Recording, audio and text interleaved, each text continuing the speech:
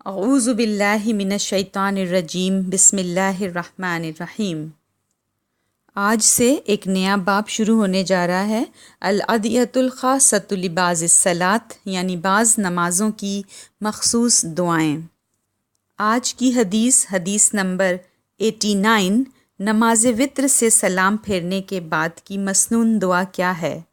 عن عبد الرحمن ابزہ عن ابیہ قال کان رسول اللہ صلی اللہ علیہ وسلم یقول اذا سلم سبحان الملک القدوس ثلاثا یرفع بها صوتہ، رواہ النسائی، ابو داود اور احمد۔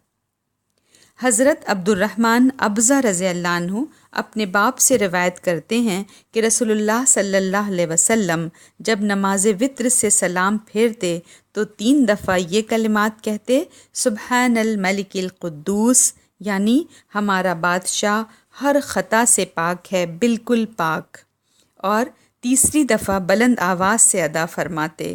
اسے ابو داود، نسائی اور احمد نے روایت کیا ہے۔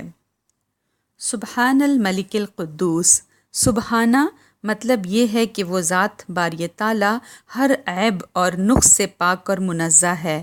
قدوس یہ فعول کا صیغہ ہے، فعول کے وزن پر ہے کہ یہ بہت ہی مبالغے کا صیغہ ہے، یعنی وہ ہر طرح کی کمزوری سے، ہر طرح سے پاک ہے۔ اور 3 دفعہ یہ کلمات پڑھنے ہیں، تیسری دفعہ بآواز بلند اور آواز کو لمبا بھی کرنا ہے۔ اور ایک دوسری روایت میں یہ دعا کے الفاظ اور زیادہ ہیں کہ یہ بھی ملا کر پڑھنے ہیں کہ رب الملائکۃ والروح، یعنی فرشتوں اور روح کا رب۔ اہل علم کی ایک جماعت کہتی ہے روح سے مراد جبریل امین ہیں۔ بعض علماء کے ہاں اس سے مراد ایک مخلوق ہے جسے فرشتے بھی نہیں دیکھ سکتے، جس طرح ہم فرشتوں کو نہیں دیکھ سکتے۔ مقصد یہ ہے کہ اللہ تعالیٰ ایسی عظیم مخلوقات کا خالق اور رب ہے تو وہ خود کتنا عظیم ہوگا۔ ابو داود، ترمذی، نسائی، ابن ماجہ اور احمد کی ایک اور روایت ہے جسے حضرت علی رضی اللہ عنہ روایت کرتے ہیں کہ نبی اکرم صلی اللہ علیہ وسلم اپنے وتر کے آخر میں یہ دعا پڑھا کرتے تھے، اللہم انی اعوذ برضاک من سخطک واعوذ بک منک لا احصی ثناء علیک انت کما اثنیت علی نفسک۔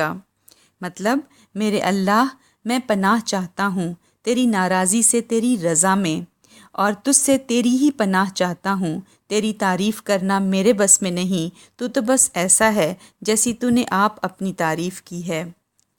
محدثین کا کہنا ہے کہ اس دعا کو اوپر والی دعا کے ساتھ ملا کر پڑھنا مستحب ہے۔ مطلب، سبحان الملک القدوس رب الملائکۃ والروح، اللہم انی اعوذ برضاک من سخطک واعوذ بک منک لا احصی ثناء علیک انت کما اثنیت علی نفسک۔